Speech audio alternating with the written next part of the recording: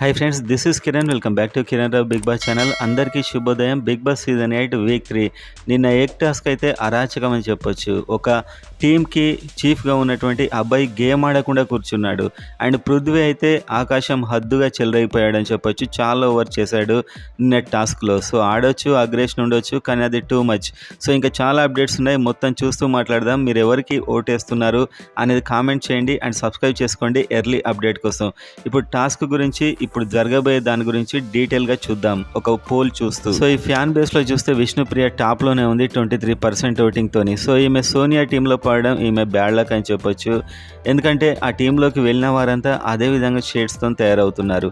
నిన్న కొన్ని సందర్భాల్లో విష్ణుప్రియ ఈమె కూడా చాలా రూడ్గా బిహేవ్ చేసినట్టు అనిపించింది. అండ్ ప్రేరణ ఈమెను క్యారెక్టర్లెస్ అనడం కూడా చాలా దారుణం అది. సో దానికి ఈమె రిప్లై ఇచ్చింది తప్ప ఫస్ట్ అనేది మాత్రం ప్రేరణనే. అండ్ నెక్స్ట్ నెంబర్ 2 మణికంఠ 17-18 అలా వస్తుంది. సో నిన్న టాస్క్లో ఇతడు ఫిజికల్గా స్ట్రెంగ్త్ లేకున్నా కూడా చీఫ్ అబ్బాయి కంటే చాలా గట్టిగా పోరాడాడు.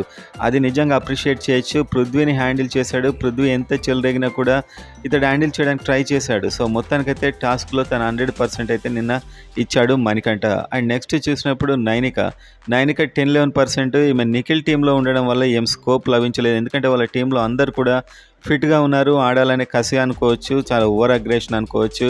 అందులో ఏమే ఎక్కడ కనిపించలేదు కూడా. నెక్స్ట్ చూస్తే ప్రేరణ 10-11. నిజం చెప్పాలంటే ప్రేరణ అద్భుతంగా పోరాడింది. వాళ్ళ టీంలో మేల్ కంటెస్టెంట్స్ ఒక నబిల్ అవుట్ అయిపోయాడు, మణికంఠకి ఎక్కువ ఎనర్జీ లేదు. అండ్ అబ్బాయి గేమ్ ఇడిచిపెట్టి కూర్చున్నాడు. అబ్బాయి దారుణం అది. అండ్ అయినా కూడా ప్రేరణ, యష్మి చాలా అద్భుతంగా పోరాడారు. సో వాళ్ళు ఎలా మాట్లాడినా కూడా ప్రేరణ అయితే విష్ణుప్రియన్ క్యారెక్టర్లెస్ అనడం అయితే తప్పు. ఇది వీకెండ్లో వస్తుంది ఈ టాపిక్. అండ్ నెక్స్ట్ చూస్తే పృథ్వీ అయితే ఆ గేమ్లో ఆడాలి. సో గేమ్ ఆడాడని కొందరు అనొచ్చు ఫ్యాన్స్. సో మొత్తానికైతే ఆడొచ్చు, కానీ ప్రతిదానికి విరుచుకుపడడం. నబిల్ అంత బాగా సంచాలక చేశాడు. అతడైతే యాక్చువల్ అక్కడ వాళ్ళు ఓడిపోయే పరిస్థితిలో ఉన్నారు. వీళ్ళు ఇంత అగ్రెసివ్ కావాల్సిన అవసరమే లేదు. వాళ్ళు ఆల్రెడీ గేమ్ విడిచిపెట్టేశారు. వాళ్ళ చీఫే విడిచిపెట్టి పారిపోయాడు, కూర్చున్నాడు. సో మొత్తానికి అయినా కూడా ఇంత అగ్రెస్ కావడం అనవసరం. అది నాకు సార్ వార్నింగ్ ఇచ్చాక కూడా ఎఫ్ వర్డ్స్ అన్నీ వాడేశాడు.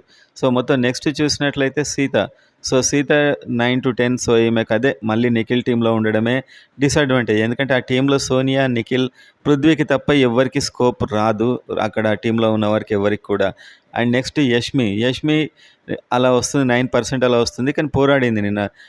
అప్రిషియేట్ చేయొచ్చు యష్మిని, ఎందుకంటే తను ఫీమేల్ అయినా కూడా చాలా గట్టిగా పోరాడింది. సో సూపర్ అనిపించింది నిన్న. అండ్ అబ్బాయి, సో ఇతడైతే దారుణం నిన్న గేమ్ విడిచిపెట్టేశాడు. అదే నాకు అర్థం కాలేదు. సో బిగ్ బాస్ మీద కూడా తిరగబడ్డాడు, చీఫ్గా తొలగించారు. నిఖిల్కి ఒక రెడ్ ఎగ్ వచ్చింది. సో ఆ రెడ్ ఎగ్ ఇచ్చి అతడు ఒకరిని కంటెండర్ చేయొచ్చు, తాను కూడా ఒక కంటెండర్ మళ్ళీ. అండ్ ఇటు అబ్బాయి టీంలో నుంచి 2 కంటెండర్స్ వస్తారు. సో నెక్స్ట్ చీఫ్ కోసం అయితే సెలెక్షన్ జరుగుతుంది. అది ఎవరు అవుతారనేది నేను వెంటనే అప్డేట్ అయితే చేస్తాను నాకు తెలియగానే. అండ్ మొత్తానికైతే ఈ శక్తి టీం అయితే ఈ కాంతార టీంను మడత పెట్టేసిందని చెప్పొచ్చు. అంత అవసరం లేకుండా చాలా అగ్రెసివ్నెస్తో ఆడారు.